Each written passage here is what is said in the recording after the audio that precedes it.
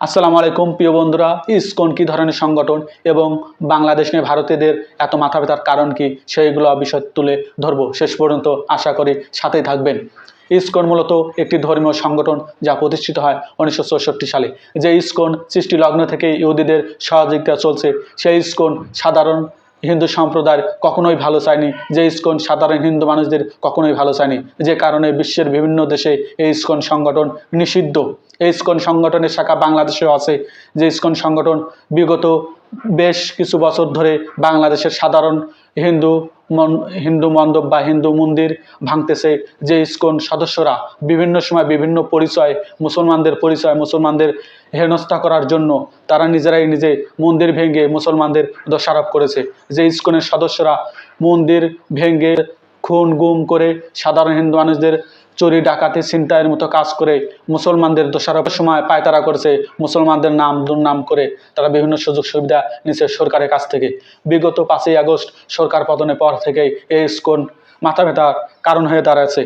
আর সেক্ষেত্রে সবচেয়ে বড় সহযোগিতা করেছে ভারতীয়রা, কারণ ভারতীয়রা বাংলাদেশের মানুষদের বা বাংলাদেশের মুসলমানদের কখনোই ভালো চায় না।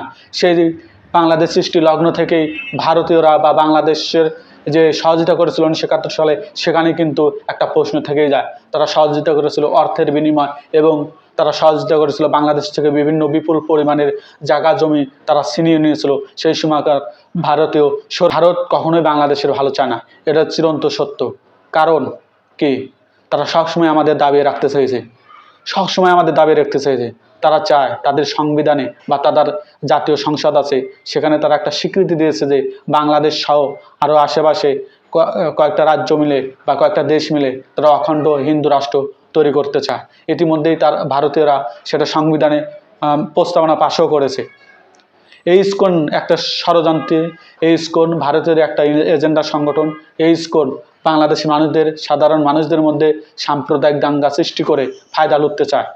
তো আমি সবার কাছে অনুরোধ থাকবে, আপনারা এই ফায়দা বা মানুষের কোথায় কখনো উস্কানিতে কখনো পা দেবেন না। যে ধর্মেরই মানুষ এই ভিডিওটি দেখতেছেন, কোনো ধর্মের মানুষই এই ইসকনের কথাবার্তায় কখনো বিভ্রান্তি হবে না, কখনো পা দেবেন না। কারণ ইসকনের এই সদস্যরা যারা ইসরায়েলের সহযোগিতা তৈরি হয়েছে এই প্রতিষ্ঠান, ইহুদিরা কখনোই হিন্দু মুসলমান বৌদ্ধ খ্রিস্টান কোনো ধর্মকেই তারা ভালোভাবে দেখতে চায় না। এই ইহুদিরা হচ্ছেন একবারে জঘন্য, পৃথিবীর সবচেয়ে জঘন্য নিকৃষ্টতম মানুষ হচ্ছেন ইহুদি। ইহুদিরা কোনো ধর্মের মানুষকেই দেখতে পারে না।